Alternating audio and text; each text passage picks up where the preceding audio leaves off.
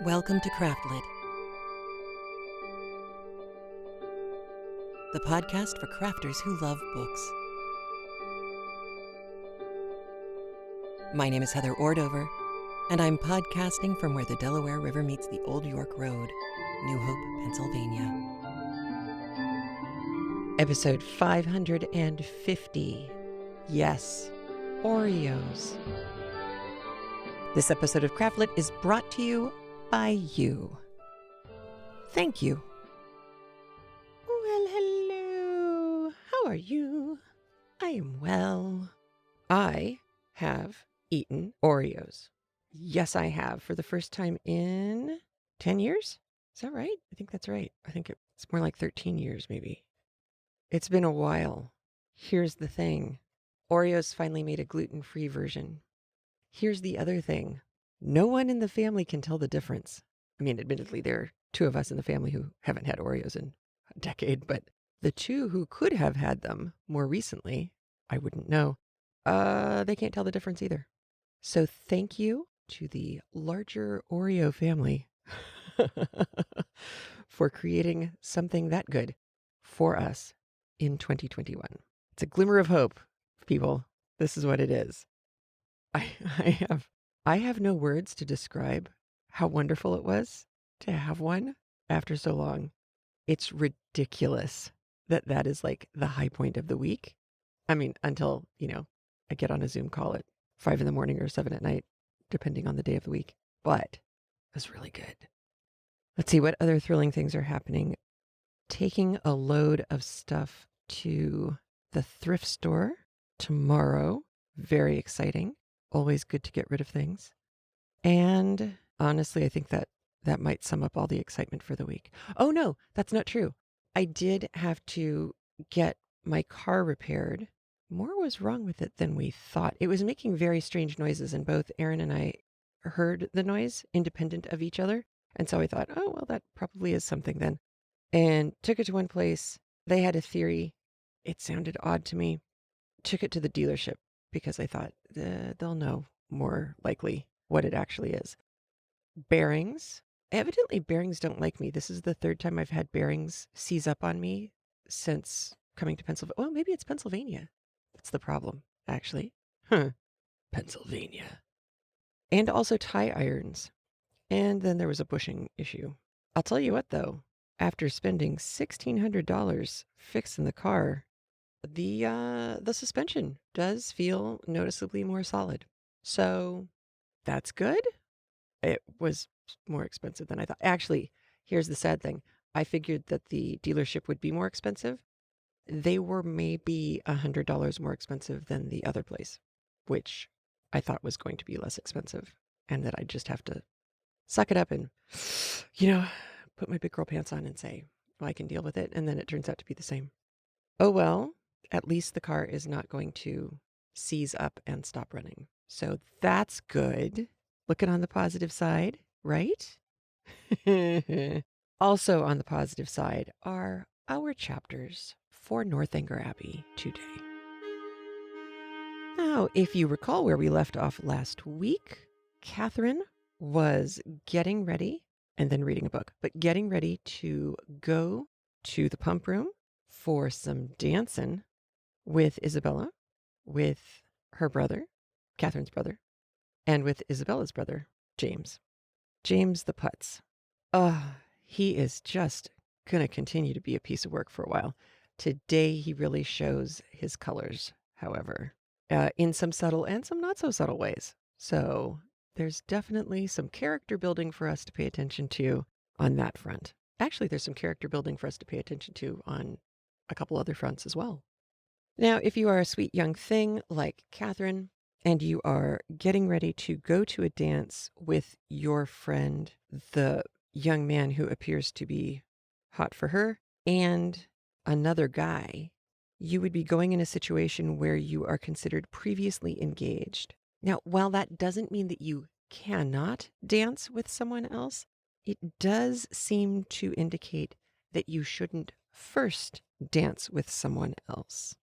And dances went in what were called sets. You will hear them referring to sets. Sets were 2 dances in a row.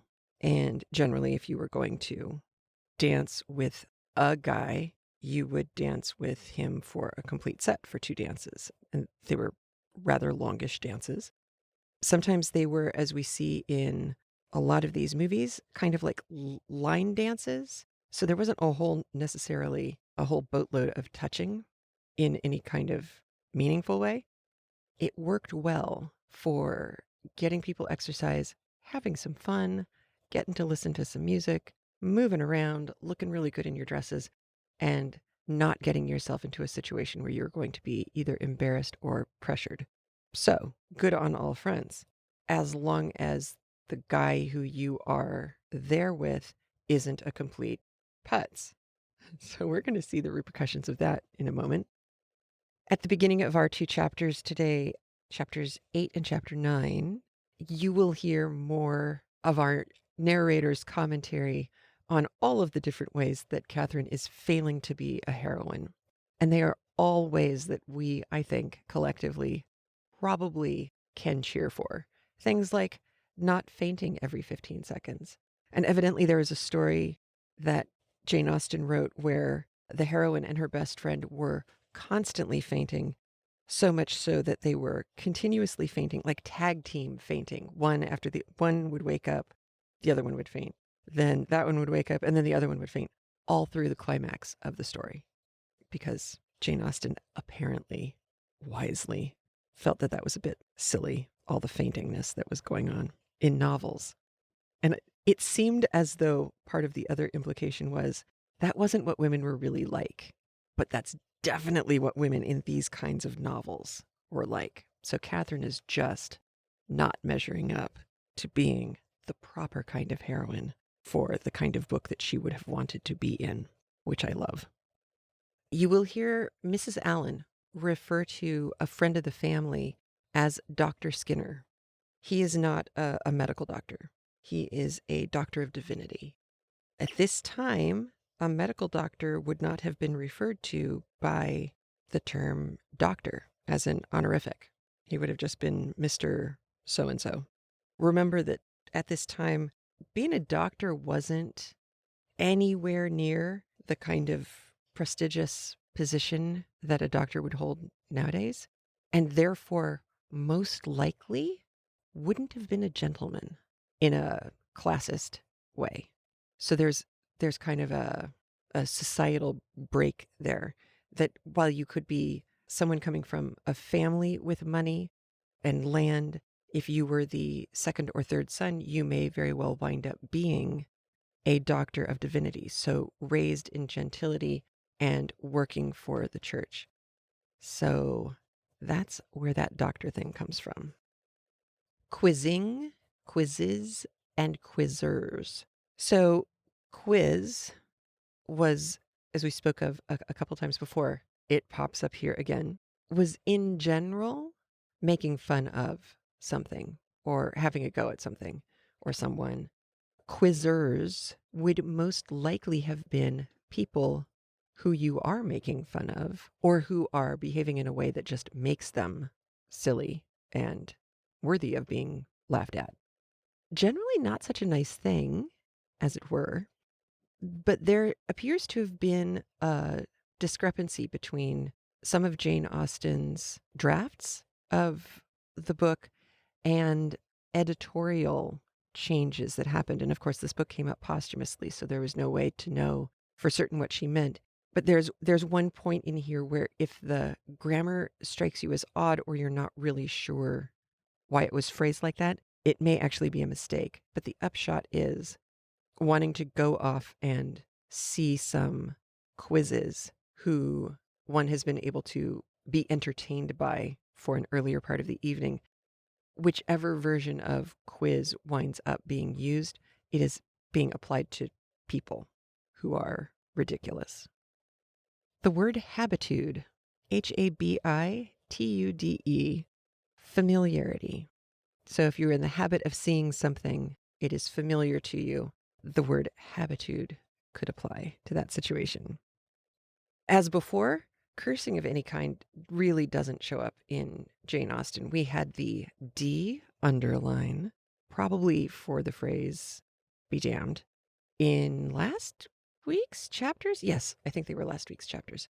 That was a one-time only event in a Jane Austen novel. You will hear the use of the word devil as not so much a swear word, but just as a throwaway.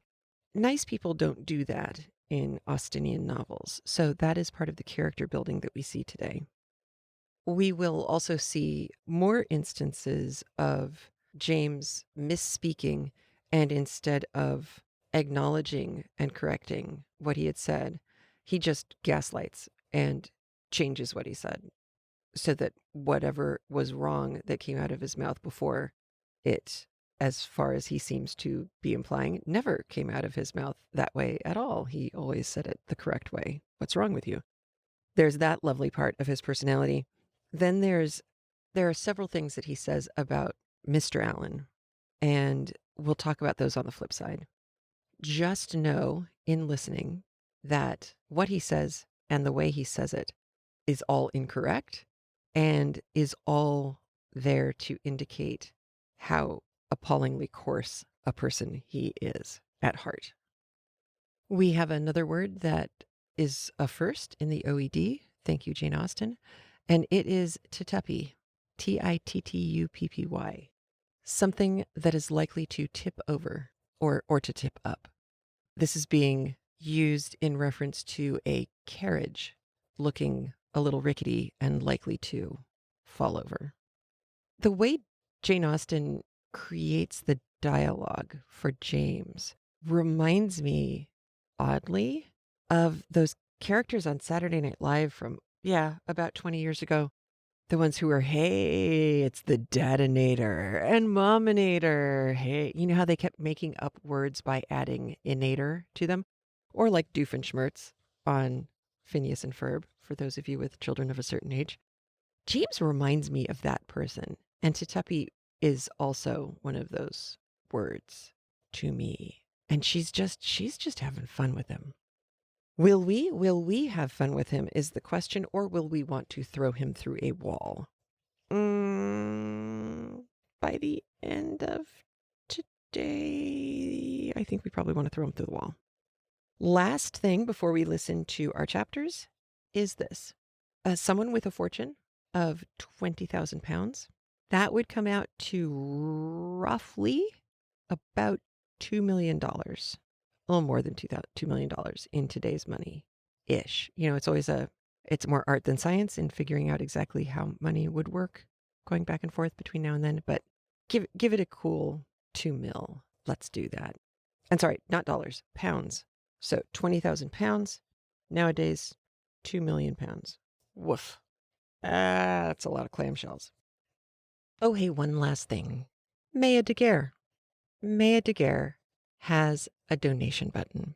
You have listened to her through many, many chapters from not just Northanger Abbey. And if you want to send her some appreciation for all of the work she's done for all of us and for just having a really gorgeous voice, please do stop by the show notes, craftlit.com/550, or you can get the show notes also at craftlit.libsyn.com. That's craftlit, CRAFTLIT, .libsyn, LIBSYN.com.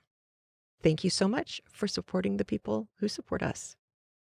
All right, let's listen, shall we, to chapters 8 and 9 of Northanger Abbey by Jane Austen, read for us by the fabulous Maya Daguerre. Here we go.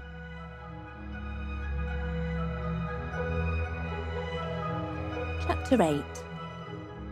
In spite of Udolpho and the dressmaker, however, the party from Pulteney Street reached the upper rooms in very good time. The Thorpes and James Morland were there only 2 minutes before them, and Isabella, having gone through the usual ceremonial of meeting her friend with the most smiling and affectionate haste, of admiring the set of her gown and envying the curl of her hair, they followed their chaperones arm in arm into the ballroom, whispering to each other whenever a thought occurred, and supplying the place of many ideas by a squeeze of the hand or a smile of affection.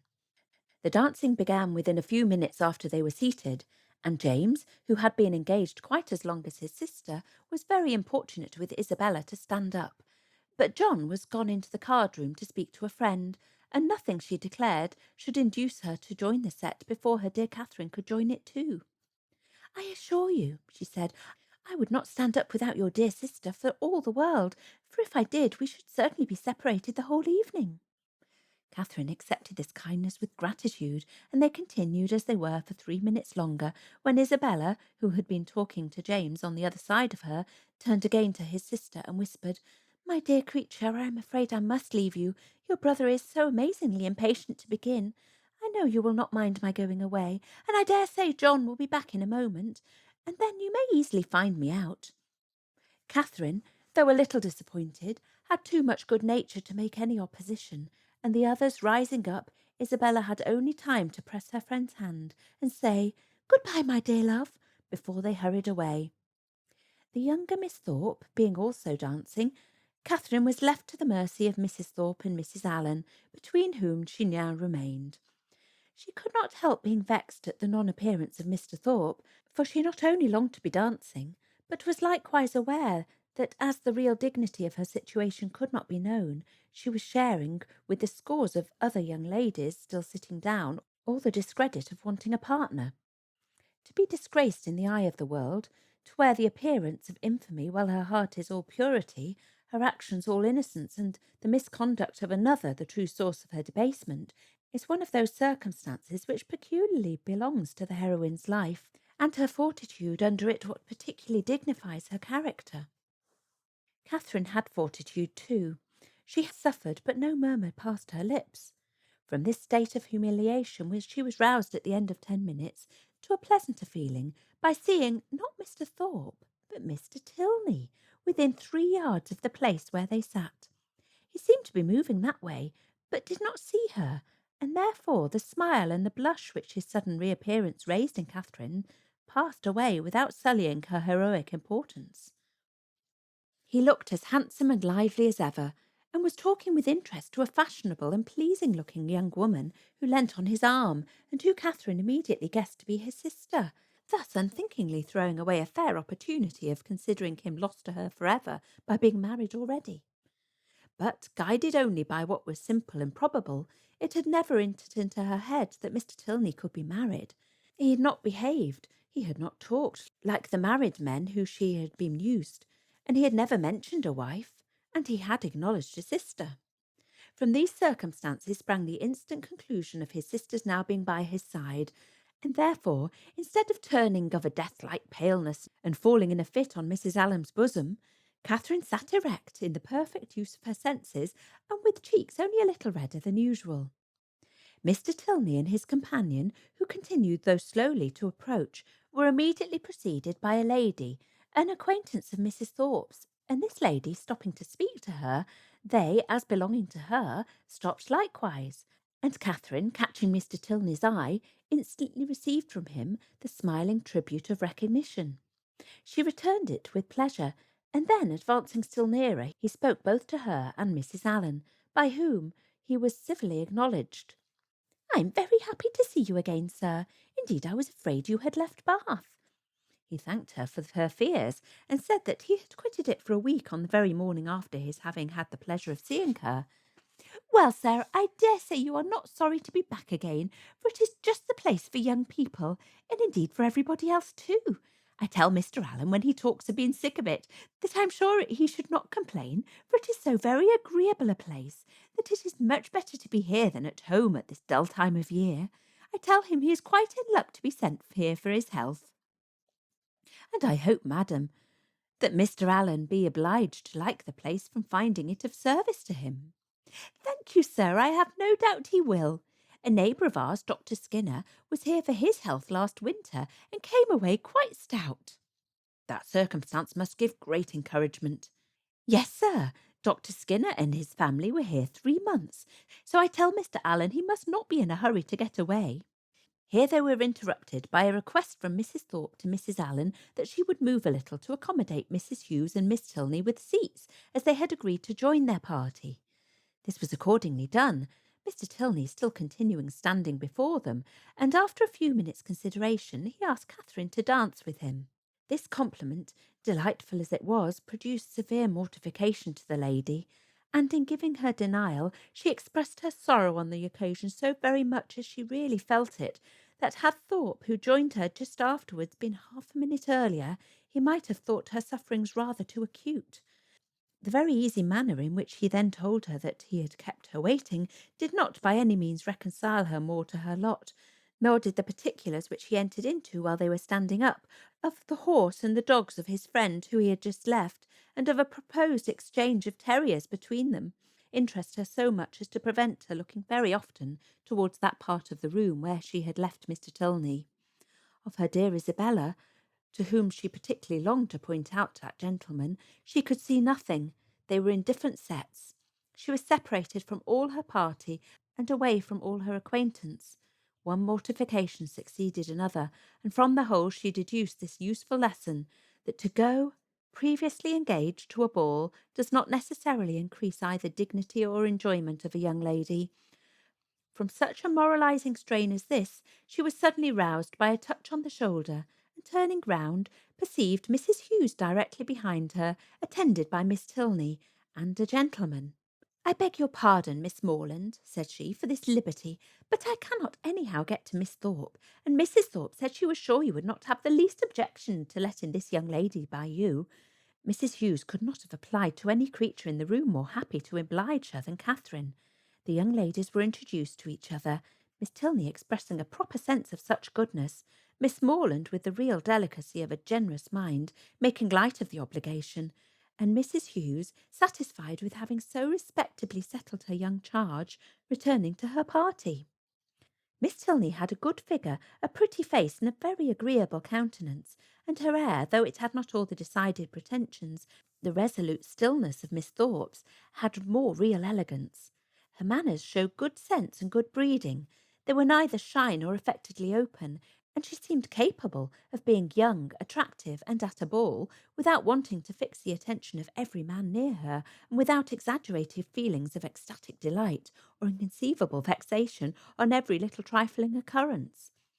Catherine, interested at once by her appearance and her relationship to Mr. Tilney, was desirous of being acquainted with her, and readily talked, therefore, whenever she could think of anything to say, and had courage and leisure for saying it. But the hindrance thrown in the way of a very speedy intimacy by the frequent want of one or more of these requisites prevented their doing more than going through the first rudiments of an acquaintance by informing themselves how well the other liked Bath, and how much she admired its buildings and surrounding country, whether she drew or played or sang, and whether she was fond of riding on horseback.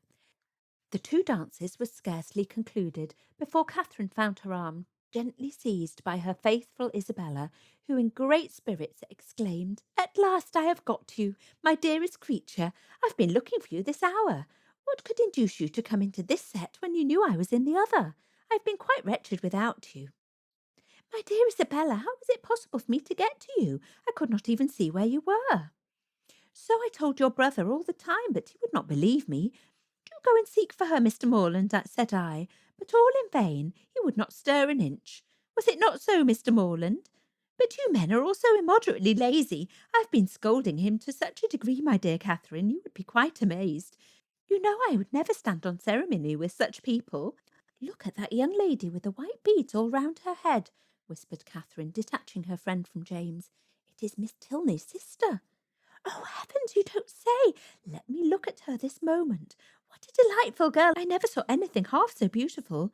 But where is her all-conquering brother? Is he in the room? Point him out to me this instant, if he is. I die to see him. Mr. Morland, you are not to listen. We are not talking about you." "But what is all this whispering about? What is going on?" "There now, I knew how it would be. You men have such restless curiosity. Talk of the curiosity of women. Indeed, 'tis nothing. But be satisfied, for you are not to know anything at all of this matter." "And that is likely to satisfy me, do you think?" "Well, I declare I never knew anything like you. What can it signify to you what we are talking of? Perhaps we are talking about you. Therefore I would advise you not to listen, or you may happen to hear something not very agreeable." In this commonplace chatter, which lasted some time, the original subject seemed entirely forgotten, and though Catherine was very well pleased to have it dropped for a while, She could not avoid a little suspicion of the total suspension of all Isabella's impatient desire to see Mr. Tilney. When the orchestra struck up a fresh dance, James would have led his fair partner away, but she resisted. "I tell you, Mr. Morland," she cried, "I would not do such a thing for all the world. How can you be so teasing? Only conceive, my dear Catherine, that your brother wants me to do. He wants me to dance with him again, though I tell him that it's the most improper thing, and entirely against the rules. It would make us the talk of the place, if we were not to change partners." "Upon my honour," said James, "in these public assemblies it's as often done as not." "Nonsense! How can you say so? But when you men have a point to carry, you never stick at anything. My sweet Catherine, do support me. Persuade your brother how impossible it is. Tell him that it would quite shock you to see me do such a thing, now would it not?" "No, not at all. But if you think it wrong, you should much better change." "There!" cried Isabella. "You hear what your sister says, and yet you will not mind her. Well, remember that it is not my fault if we see the old ladies in Bath in a bustle. Come along, my dearest Catherine, for heaven's sake, and stand by me." And off they went to regain their former place. John Thorpe, in the meanwhile, had walked away, and Catherine, ever willing to give Mr. Tilney an opportunity of repeating the agreeable request which had already flattered her once, made her way to Mrs. Allen and Mrs. Thorpe as fast as she could, in the hope of finding him still with them. A hope which, when it proved to be fruitless, she felt to have been highly unreasonable. "Well, my dear," said Mrs. Thorpe, impatient for praise of her son, "I hope you have had an agreeable partner." "Very agreeable, madam." "I'm glad of it. John has charming spirits, has he not?" "Did you meet Mr. Tilney, my dear?" said Mrs. Allen. "No, where is he?" "He was with us just now, and he said he was so tired of lounging about that he was resolved to go and dance, so I thought perhaps he would ask you if he met with you." "Where can he be?" said Catherine, looking around, but she had not looked round long before she saw him leading a young lady to the dance. "Ah, he has got a partner. I wish he had asked you," said Mrs. Allen, and after a short silence she added, "He is a very agreeable young man." "Indeed he is, Mrs. Allen," said Mrs. Thorpe, smiling complacently. "I must say it, though I am his mother, that there is not a more agreeable young man in the world." This inapplicable answer might have been too much for the comprehension of many, but it did not puzzle Mrs. Allen, for after only a moment's consideration, she said in a whisper to Catherine, "I dare say she thought I was speaking of her son." Catherine was disappointed and vexed. She seemed to have missed by so little the very object she had in view, and this persuasion did not incline her to a very gracious reply, when Mr. Thorpe came up to her soon afterwards and said, "Well, Miss Morland, I suppose you and I are to stand up and jig together again?" "Oh, no, I am much obliged to you. Our 2 dances are over, and besides, I am tired. I do not mean to dance any more." "Do you not? Then let us walk about and quiz people. Come along with me, and I will show you the 4 greatest quizzes in the room, my 2 younger sisters and their partners. I've been laughing at them this half-hour." Again Catherine excused herself, and at last he walked off to quiz his sisters by himself. The rest of the evening she found very dull, and Mr. Tilney was drawn away from their party at tea to attend to that of his partner. Miss Tilney, though belonging to it, did not sit near her, and James and Isabella were so much engaged in conversing together that the latter had no leisure to bestow more on her dear friend than one smile, one squeeze, and one "Dearest Catherine." Chapter 9. The progress of Catherine's unhappiness from the events of the evening was as follows.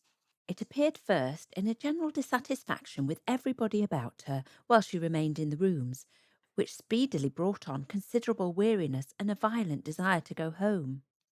This, on arriving in Pulteney Street, took the direction of extraordinary hunger, and when that was appeased, changed into an earnest longing to be in bed. Such was the extreme point of her distress, for when there she immediately fell into a sound sleep, which lasted 9 hours, and from which she awoke perfectly revived, in excellent spirits, with fresh hopes and fresh schemes. The first wish of her heart was to improve her acquaintance with Miss Tilney, and almost her first resolution to seek her for that purpose in the pump-room at noon.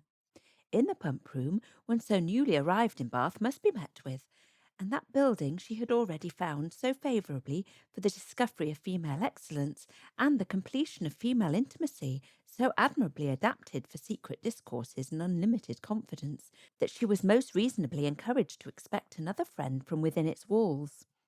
Her plan for the morning thus settled, she sat quietly down to her book after breakfast, resolving to remain in the same place and the same employment until the clock struck 1, and from habitude very little incommoded by the remarks and ejaculations of Mrs. Allen, whose vacancy of mind and incapacity for thinking was such that, as she never talked a great deal, so she could never be entirely silent, and therefore, while she sat at her work, if she lost her needle or broke her thread, if she heard a carriage in the street or saw a speck upon her gown, she must observe it aloud, whether there were anyone at leisure to answer her or not.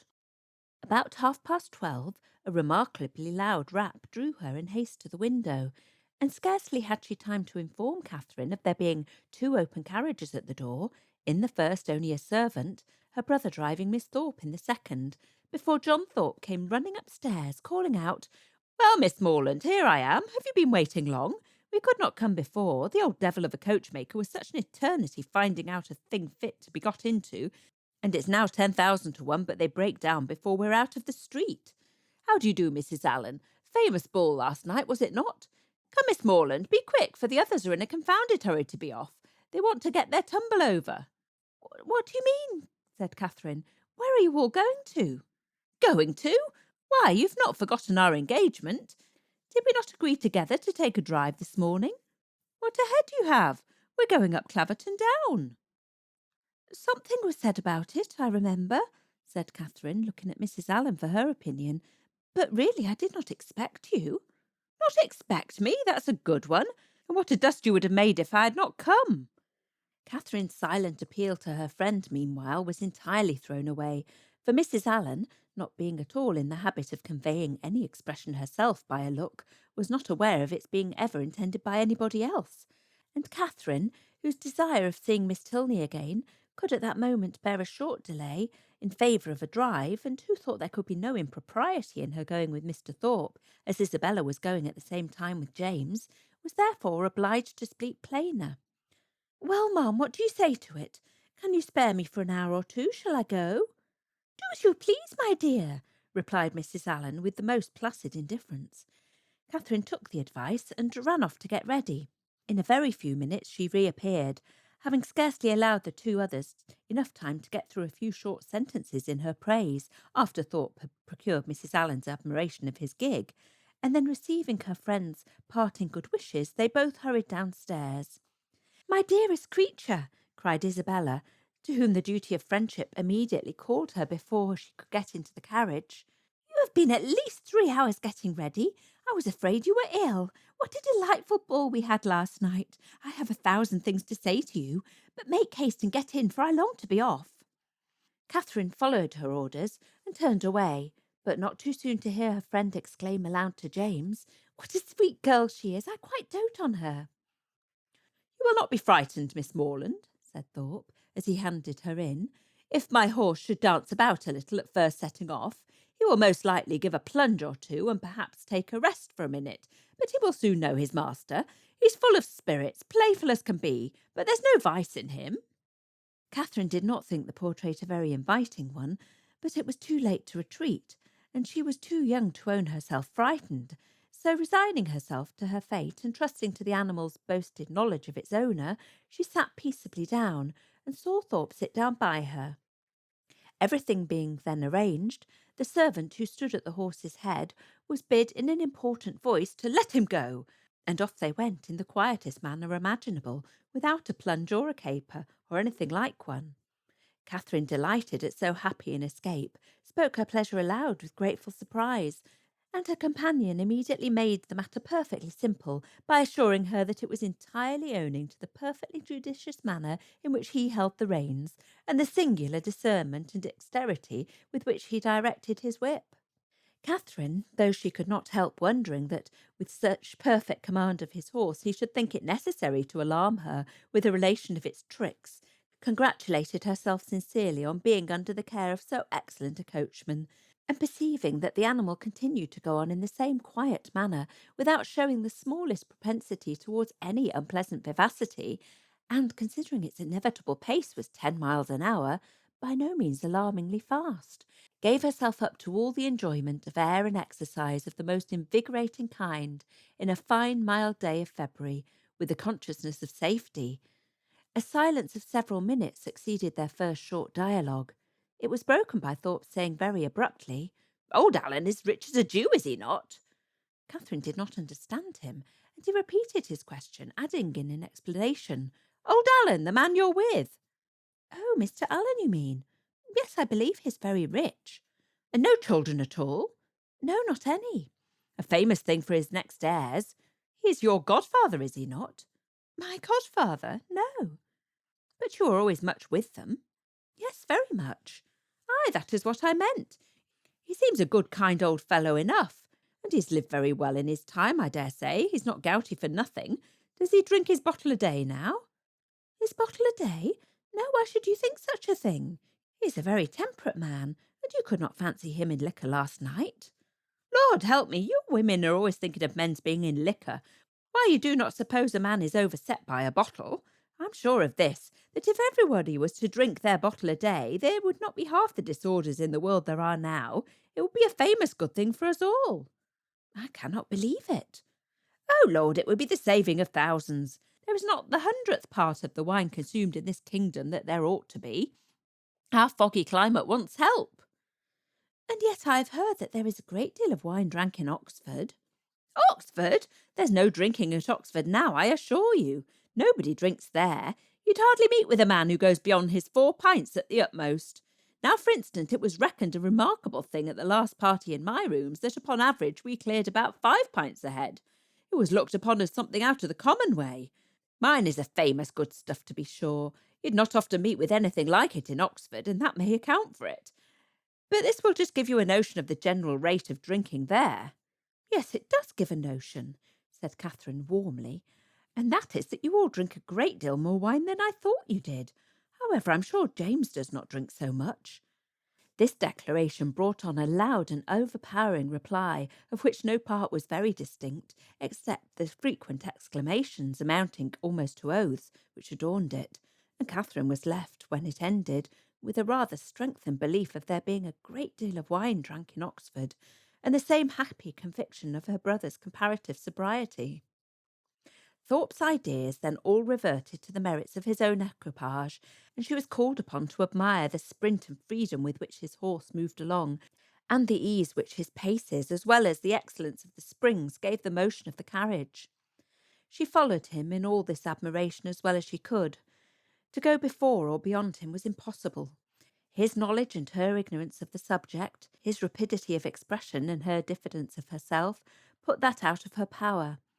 She could strike out nothing new in commendation, but she could readily echo whatever he chose to assert, and it was finally settled between them without any difficulty that his equipage was altogether the most complete of its kind in England, his carriage the neatest, his horse the best goer, and himself the best coachman. "You do not really think, Mr. Thorpe," said Catherine, venturing after some time to consider the matter as entirely decided, and to offer some little variation on the subject, "that James's gig will break down?" "Break down? Oh, Lord, did you ever see such a little tit-uppity thing in your life? There is not a sound piece of iron about it. The wheels have been fairly worn out these 10 years at least. And as for the body, upon my soul, you might shake it to pieces yourself with a touch. It's the most devilish little rickety business I ever beheld. Thank God we've got better. I would not be bound to go 2 miles in it for £50,000. "Good heavens!" cried Catherine, quite frightened. "Then pray let us turn back. They will certainly meet with an accident if we go on.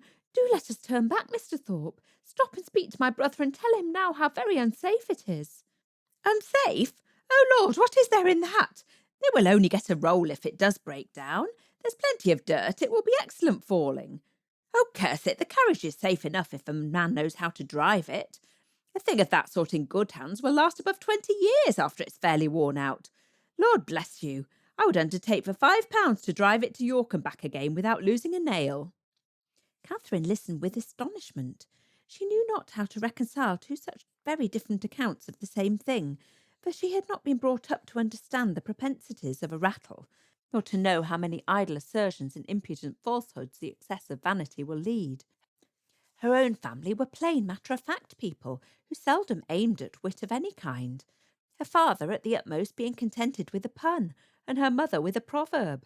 They were not in the habit, therefore, of telling lies to increase their importance, or of asserting at one moment what they would contradict the next. She reflected on the affair for some time in much perplexity, and was more than once on the point of requesting from Mr. Thorpe a clearer insight into his real opinion on the subject. But she checked herself, because it appeared to her that he did not excel in giving those clearer insights, in making those things plain which he had before made ambiguous, and joining to this the consideration that he would not really suffer his sister and his friend to be exposed to a danger from which he might easily preserve them, she concluded at last that he must know the carriage to be in fact perfectly safe, and therefore would alarm herself no longer. By him the whole matter seemed entirely forgotten, and all the rest of his conversation, or rather talk, began and ended with himself and his own concerns. He told her of horses which he had bought for a trifle and sold for incredible sums, of racing matches in which his judgment and infallibility foretold the winner, of shooting parties in which he had killed more birds, though without having one good shot, than all his companions together, and described to her some of the famous day sport with the foxhounds, in which his foresight and skill in directing the dogs had repaired the mistakes of the most experienced huntsman, and in which the boldness of his riding, though it had never endangered his own life for a moment, had been consistently leading others into difficulties, which, he calmly concluded, had broken the necks of many. Little as Catherine was in the habit of judging for herself, and unfixed as were her general notions of what men ought to be, she could not entirely repress a doubt, while she bore with the effusions of his endless conceit, of his being altogether completely agreeable. It was a bold surmise, for he was Isabella's brother, and she had been assured by James that his manners would recommend him to all her sex. But in spite of this, the extreme weariness of his company, which crept over her before they'd been out an hour, and which continued unceasingly to increase until they stopped in Pulteney Street again, induced her in some small degree to resist such high authority, and to distrust his powers of giving universal pleasure. When they arrived at Mrs. Allen's door, the astonishment of Isabella was hardly to be expressed on finding that it was too late in the day for them to attend her friend in the house. Past 3 o'clock? It was inconceivable. Incredible, impossible. She would neither believe her own watch, nor her brother's, nor the servants'. She would believe no assurance of it founded on reason or reality, till Morland produced his watch and ascertained the fact. To have doubted a moment longer then would have been equally inconceivable, incredible, and impossible, and she could only protest over and over again that no 2 hours and a half had ever gone off so swiftly before, as Catherine was called on to confirm. Catherine could not tell a falsehood even to please Isabella, but the latter was spared the misery of her friend's dissenting voice by not waiting for her to answer. Her own feelings entirely engrossed her. Her wretchedness was most acute on finding herself obliged to go directly home. It was ages since she had had a moment's conversation with her dearest Catherine, and though she had such 1,000 of things to say to her, it appeared as if they were never to be together again. So, with smiles of most exquisite misery, and the laughing eye of utter despondency, she bade her friend adieu, and went on. Catherine found Mrs. Allen just returning from the busy idleness of the morning, and was immediately greeted with, "Well, my dear, here you are," a truth which she had no greater inclination than power to dispute. "And I hope you've had a pleasant airing." "Yes, ma'am, I thank you. We could not have had a nicer day." "So Mrs. Thorpe said. She was vastly pleased at your all going." "You have seen Mrs. Thorpe, then?" "Yes, I went to the pump room as soon as you were gone, and there I met her, and we had a great deal of talk together. She said there was hardly any veal to be got at the market this morning. It is so uncommonly scarce." "Did you see anybody else of our acquaintance?"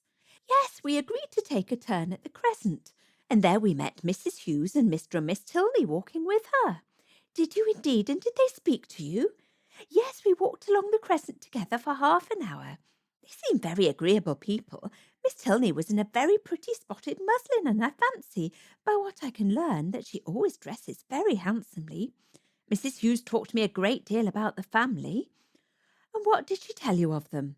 Oh, a vast deal indeed. She hardly talked of anything else. Did she tell you of what part in Gloucestershire they come from? Yes, she did, but I cannot recollect now. But they are very good, kind people, and very rich. Mrs. Tilney was a Miss Drummond, and she and Mrs. Hughes were schoolfellows. And Miss Drummond had a very large fortune, and when she married, her father gave her £20,000 and 500 to buy wedding clothes. Mrs. Hughes saw all the clothes after they came from the warehouse. And are Mr. and Mrs. Tilney in Bath? Yes, I fancy they are, but I am not quite certain. Upon recollection, however, I have the notion that they're both dead. At least the mother is. Yes, I'm sure Mrs. Tilney is dead, because Mrs. Hughes told me that there was a very beautiful set of pearls that Mr. Drummond gave his daughter on her wedding day, and that Miss Tilney has got now, for they were put by for her when her mother died. And is Mr. Tilney, my partner, the only son? I cannot be quite positive about that, my dear. I have some idea he is, but however, he's a very fine man, Mrs. Hughes says, and likely to do very well. Catherine inquired no further. She had heard enough to feel that Mrs. Allen had no real intelligence to give, and that she was most particularly unfortunate herself in having missed such a meeting with both brother and sister. Could she have foreseen such a circumstance, nothing should have persuaded her to go out with the others, and as it was, she could only lament her ill luck and think over what she had lost, till it was quite clear to her that the drive had been by no means very pleasant, and that John Thorpe himself was quite disagreeable.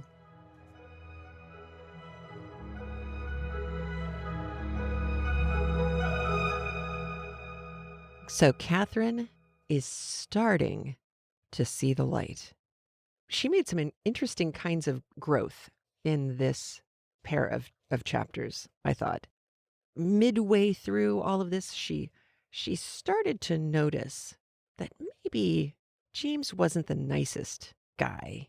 And that's hard for her to accept because she loves Isabella, and her brother has told her that James is a nice guy. So there's some cognitive dissonance there in the beginning. The this does not add up. I don't understand how this can be. And then she starts to listen to herself. So yay for her. Well done. Catherine also does an interesting thing with Mrs. Allen in, I believe it's chapter 9, before they go up to Claverton Down, which is just like the place up on the hillside where you can get a good view. Mrs. Allen is there when Catherine is being told she is going, by James, going to go out with them. And of course, part of the reason why she needed to be there was because otherwise Isabella couldn't be out alone-ish with her brother, who clearly wanted to be alone with her. So her brother and Isabella are pressuring her to go. She goes. However, there is that moment when she looks to Mrs. Allen and is hesitant and hesitating verbally. Oh, well, I don't know if I should. I suppose, if you think it's all right, Mrs. Allen. If Mrs. Allen had had two wits to rub together in her head, she probably would have noticed Catherine's hesitation. If Mrs. Allen had been a mom or around children much, she probably would have noticed Catherine's hesitation. And Catherine looking at her saying, I don't know, do you think it's okay for me to go do this? She might have picked up on it and said, oh, well, there were those things you said you wanted to do today. Oh, that's right. Oh, I'm so sorry. I can't go. I have made other plans. I just forgot. And get out of it as gracefully as possible. Although, to be honest, James would never let it go gracefully, no matter what. But Mrs. Allen doesn't pick up on it. I thought it was very interesting that Catherine was looking for an out. She didn't just fold. She didn't just acquiesce. She didn't not notice that she'd rather sit at home and read Udolpho. It was an interesting moment. From that point on, with Thorpe, we get 3 different things that he does that are very strong indicators that this is not someone who is worthy of our esteem. First, he refers to Mr. Allen as Old Allen. And Catherine corrects him. Oh, you mean Mr. Allen, you jerk. He doesn't know Mr. Allen, and calling Mr. Allen old anything is rude. And I mean, even if you knew him well, you wouldn't say that. Unless you were like best friends and he was 20. And you said, well, old Allen, he's a cut up, is what he is. So that was our first hint. The second hint is more stupid than that. He's expecting gout to kill Mr. Allen. Now, drinking alcohol will make gout worse, but gout is really just painful. You may wish you were dead, but I don't believe gout alone can kill you. I am sure there are other things that can be going on with gout that could do you damage, but I don't believe gout is fatal. Either way, James is clearly looking for Mr. Allen to kick the bucket ASAP. We are getting a much clearer picture of what James is after. But then he goes and does it. And Jane Austen does not do this on accident. She puts these words in his mouth on purpose for several reasons. She has him say, old Mr. Allen is as rich as a Jew, isn't he? This is not the first time we've come across this. This is not the first time we've come across slurs against Jews or Catholics or Irish in any of the books that we've read. However, there is an important point that Austen is making here. I know we've talked about this before, but Jews were expelled from England in 1290 and started to be quietly allowed back in the 1600s. There are also all sorts of complicated reasons for why it started happening, why the migration started up again, coming back into England. However, the important thing to know is that by the late 1700s, there had been a change among the genteel classes and writing and essays and political discussions that were writing that was being written and discussions that were being had on Jews in society.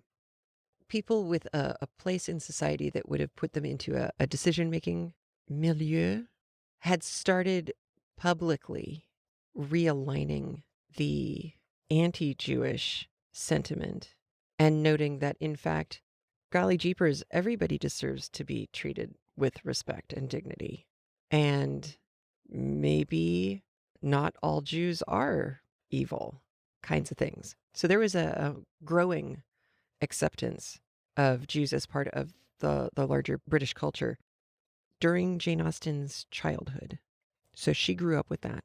She also grew up with, it was really only lower classes who were anti-Semitic. In the upper classes, this would be a truly tasteless thing to say publicly, to use the he's rich as a Jew. We are not in Shylock times. We are not in Shakespeare's day. We have come a ways past that. Let's see, in 1837, Benjamin Disraeli entered the House of Commons. Disraeli was born Jewish. His father left the synagogue when he was a child over a dispute. And Disraeli did eventually become a member of the Anglican Church. But I mean, this is a guy who was prime minister twice. He was all over the government in the mid 1800s. And it wasn't a secret that he'd been born into a Jewish family. So within 30 years of this book coming out, you have Disraeli. So the times they were a change in, James was not, is the point. But Catherine is a changin'. I have high hopes for this girl. Also, I like her as a heroine. Even if Gothic novel shipness doesn't, I like her. That is where we're going to end for this week. Be well, take care of yourself and others, wear a mask. I'll talk to you soon. Bye. If you like what you hear on Craftlit, please review us on iTunes, like us on Facebook, join in the fun in our Facebook group, which is Craftlit Annotated Audiobooks. Always the nicest group of people you're going to find on Facebook, and the place where you can come to and say, nobody else was going to understand this, but I knew you all would. And of course, thank you for your support of Craftlit. And remember, if your hands are too busy to pick up a book, at least you can turn one on.